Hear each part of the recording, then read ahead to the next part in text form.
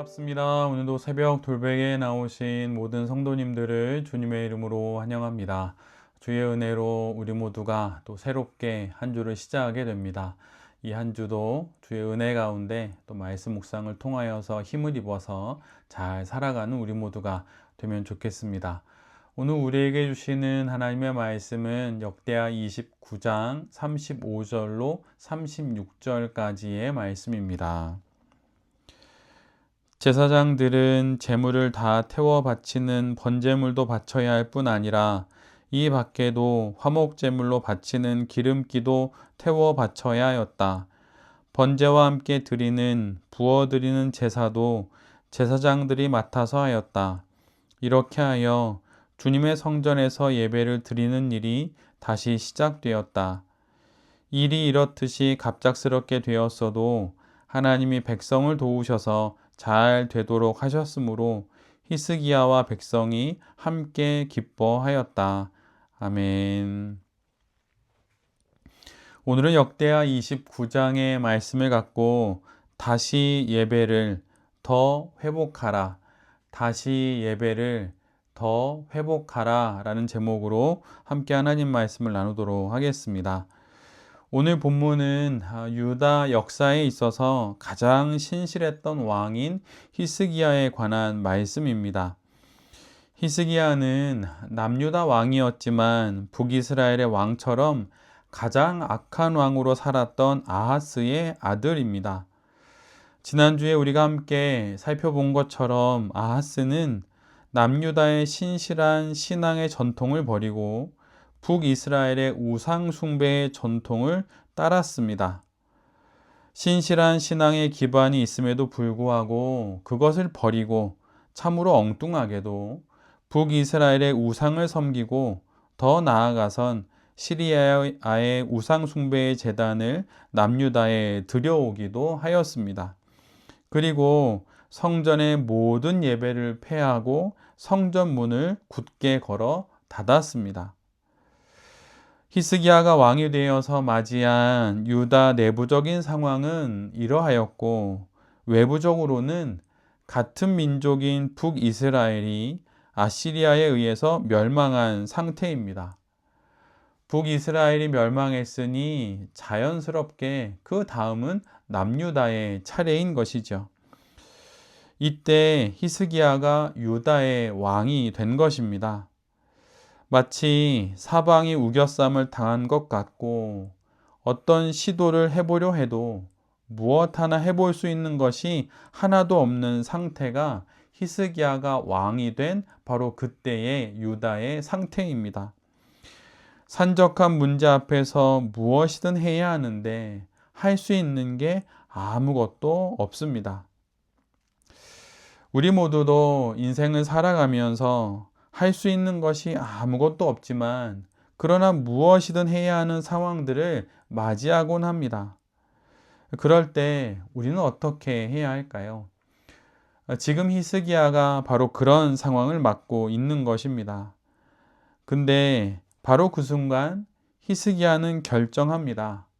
아버지 아하스와 정반대로 하기로 결정합니다. 어제 본문에서 히스기야는 지금 유다가 맞이한 모든 일들의 원인을 이렇게 말합니다. 어제 말씀의 6절로 9절까지의 말씀입니다. 우리의 조상이 죄를 지어 주 우리의 하나님 앞에서 악한 일을 하였소. 그들은 하나님을 버리고 얼굴을 돌이켜서 주님께서 거하시는 성소를 등지고 말았소. 그뿐만 아니라 성전으로 드나드는 현관앞 문들을 닫아 걸고 등불도 끄고 분향도 하지 않고 성소에서 이스라엘의 하나님께 번제를 드리지도 않았소. 이러한 까닭으로 주님께서 유다와 예루살렘에 대해 진노하셔서 우리를 두려움과 놀람과 비웃음거리가 되게 하셨다는 것은 여러분이 직접 보아서 알고 있는 사실이요. 조상들이 칼에 맞아 죽고 우리 자식들과 아내들이 사로잡혀 갔소. 정확한 상황의 분석입니다. 그리고 이에 대한 자신의 결단을 히스기야는 이렇게 말합니다. 이제 나는 주 이스라엘의 하나님께서 그 맹렬한 진노를 우리에게서 거두시기를 바라며 하나님과 언약을 세우기로 결심하였소. 그리고 히스기야는 아버지가 닫았던 성전의 문을 열고 레위인들과 제사장들을 불러 그들 스스로 성결하게 할 것을 명령합니다. 그리고 성전의 안팎 모두를 정결하게 할 것을 명령하게 되지요. 그리고 다음날 아침 일찍 일어난 히스기야는 모든 대신들을 불러 모아 성전으로 올라갑니다. 모든 일들은 일사천리로 진행이 됩니다. 성전에 올라간 히스기야는 제사장들에게 명령하여 왕의 죄와 유다 백성들의 죄를 속죄받기 위한 속죄 제사를 하나님께 드리게 합니다.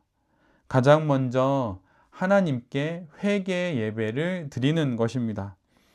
그리고 히스기야는 하나님께서 다윗 왕에게 지시하신 대로 레위 사람들을 시켜서 주님의 성전에서 악기를 연주하게 하고 제사장들은 나팔을 불게 합니다. 즉 예배를 드리는 것이죠. 그리고 히스기야는 번제를 여호와의 제단에 드리게 하므로 온 회중이 함께 하나님 앞에 나아가 예배를 드리도록 합니다. 왕과 모든 백성들은 즐거운 마음으로 하나님을 찬양하고 몸을 굽혀 하나님을 경배합니다. 그리고 또한 왕과 백성들은 스스로 자원하여서 하나님께 많은 양의 감사의 제물을 드리기도 합니다. 말 그대로 왕으로부터 시작하여서 레위인들과 제사장들 그리고 모든 백성에 이르기까지 유다 땅의 모든 사람들이 하나님께 나와 회개하고 예배함으로 하나님께 예배하는 일이 유다 땅에 다시 회복된 것입니다. 히스기야는 이 모든 일들을 왕이 된 첫해 첫날에 행합니다. 그는 왕위에 오르기 전부터 지금 유다가 겪고 있는 모든 사태의 원인이 무엇이고 이 문제를 해결하기 위해 왕으로서 자신이 무엇을 해야 하는지를 미리 생각했던 것입니다. 히스기야는 언젠가 자신이 왕의 자리에 오르면 무엇부터 해야 할지를 늘 하나님 앞에서 묵상했던 것입니다. 만약 왕으로서의 권력과 권한이 내게 주어진다면 이 난국에 나는 무엇을 가장 먼저 해야 하는가? 지금 유다가 겪고 있는 문제의 가장 근본적인 원인은 무엇인가? 그는 이 모든 고민을 하나님 앞에서 했고 결국 그는 다시 하나님을 예배하는 일이 회복되어야 한다는 사실을 알게 됩니다. 우리가 겪는 모든 문제의 원인은 밖에 있지 않습니다. 그리고 땅에 있지도 않습니다. 우리 안에 있고 또한 하늘에 있습니다. 눈에 보이는 현실은 보이지 않는 하나님 앞에 그 해결의 실마리가 있습니다. 그것이 무엇입니까? 바로 예배입니다.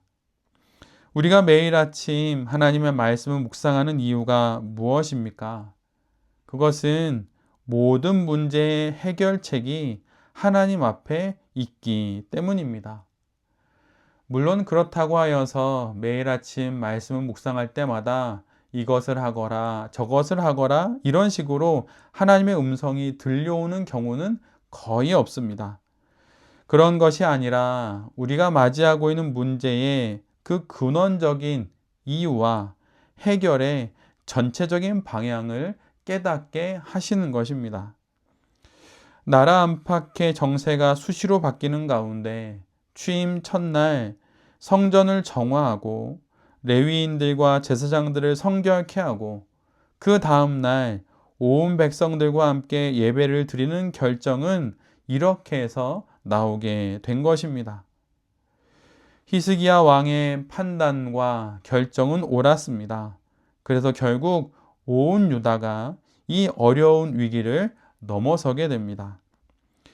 지금 우리 모두에게 필요한 것은 우리가 마주한 문제의 가장 근본적인 해답을 먼저 찾는 것입니다. 그것이 바로 예배를 회복하는 것입니다. 단순한 원상복구가 아니라 이전보다 더 회복하는 것. 그래서 지금의 문제를 넘어 이후로 하나님 앞에서 신실한 인생을 살아가는 것. 그것을 소망할 때 우리가 가장 먼저 회복해야 하는 것은 바로 예배인 것입니다. 다시 예배를 더 회복하는 것이 우리가 겪고 있는 모든 문제의 가장 첫 번째 해답입니다. 새롭게 시작하는 이 한 주의 첫날인 오늘이 히스기야의 주기 첫 해의 첫날처럼 우리의 모든 것들이 하나님의 은혜로 회복, 그 이상의 회복이 시작되는 그 날이 될 수 있기를 간절히 기도드립니다. 아멘. 함께 기도하겠습니다. 주님, 아하스 왕으로부터 아무것도 물려받지 못하고 오히려 많은 문제만 잔뜩 떠안은 히스기야가 그 많은 문제들을 풀어가는 모습을 봅니다. 아직 왕은 아니었지만 언젠가 맡게 될 그 자리에서 자신이 무엇을 해야 하는지 그 이전부터 하나님 앞에서 묵상해 왔기에 그는 주기 첫해 첫날부터 예배를 회복합니다. 지금 우리가 마주하고 있는 문제의 해결책은 하나님 앞에 있습니다. 예배에 있습니다. 다시 예배를 더욱 회복하기를 소원합니다. 활짝 열린 성전에서, 정결한 성전에서 드려지는 복된 예배를 통해 다시 힘내어 살아가는 우리 모두가 되게 하여 주시옵소서. 예배를 회복하겠습니다. 더욱 회복하겠습니다. 오늘이 우리 모두의 회복의 첫날이 되게 하여 주시옵소서. 이 모든 말씀 예수 그리스도의 이름으로 기도드립니다. 아멘.